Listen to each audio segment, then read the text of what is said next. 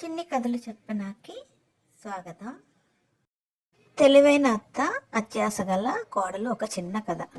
రామాపురంలో రాజమ్మ అనే ఒక వృద్ధురాలు ఉండేది. రాజమ్మ తన కొడుకు కోడలతో ఆ ఊర్లో ఉండేది.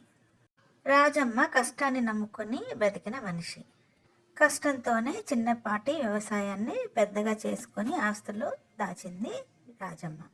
అలాగే కొడుకు రాముని కూడా జాగ్రత్తగా పెంచి పెద్ద చేసి పెళ్లి చేసి ఒక ఇంటివాణ్ణి చేసింది.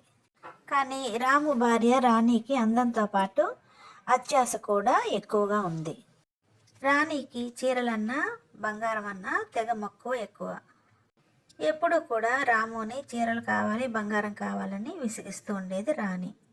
ఇంటి పనిలోనూ పొలం పనిలోనూ ఇందులో కూడా అత్తకి కానీ భర్తకి కానీ సహాయం చేయకుండా అలంకారంలోనే మునిగిపోయేది రాణి. ఎప్పుడు రాణి అత్త రాజమ్మని కూడా విసిగించేది ఎప్పుడూ కూడాను. ఎందుకు అలా ధాన్యాన్ని దాచడం, అవి అమ్మి నగలు చీరలు కొనొచ్చు కదా అని. రాజమ్మకి విసుగొచ్చింది కోడలు రాణి ప్రవర్తనకి. రాణికి ఎలాగన్నా బుద్ధి చెప్పాలని రాజమ్మ ఒక పథకం వేసింది.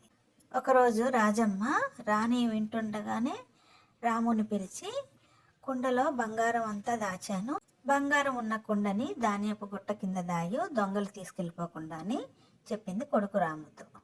రాజమ్మ అనుకున్నట్టుగానే రాణి తలుపు పక్క నుంచి మాటలు విన్నది.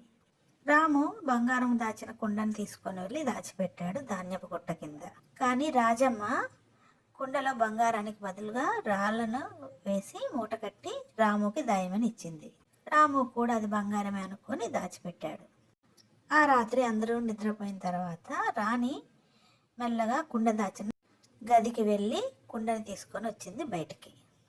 రాణి ఎంతో సంతోషంగా కుండ లోపల చెయ్యి పెట్టి వెతికింది.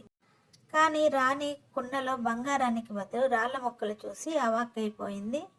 రాణికి ఏం జరిగిందో అర్థం కాలేదు. నిజంగానే దొంగలు వచ్చి బంగారాన్ని దాచి రాళ్ళను వేశారా అని అనుకుంది. తన భర్తకి కానీ అత్తకి కానీ ఈ విషయాన్ని గురించి అడిగితే గనుక తిరిగి వాళ్ళిద్దరూ తనని అనుమానిస్తారని భయపడింది రాణి. ఎందుకంటే ప్రతిరోజు తన భర్తకి అత్తకి కూడా బంగారం కావాలని, బట్టలు కావాలని విసిగించేది తను కాబట్టి తనని తప్పకుండా అనుమానిస్తారని రాణి భయపడింది. ఇక ఆ రోజు నుంచి బుద్ధిగా వస్తువులు కావాలని కానీ బంగారం కావాలని కానీ ఇద్దరిని విసిగించడం మానేసింది రాణి.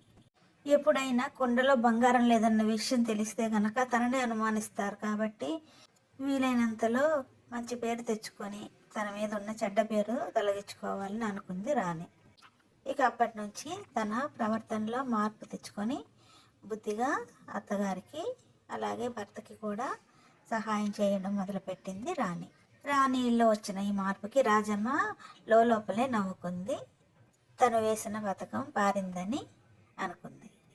ఇలాంటి మరిన్ని చిన్ని కథల కోసం do like, share and subscribe my channel చిన్ని కథలు చెప్పనా.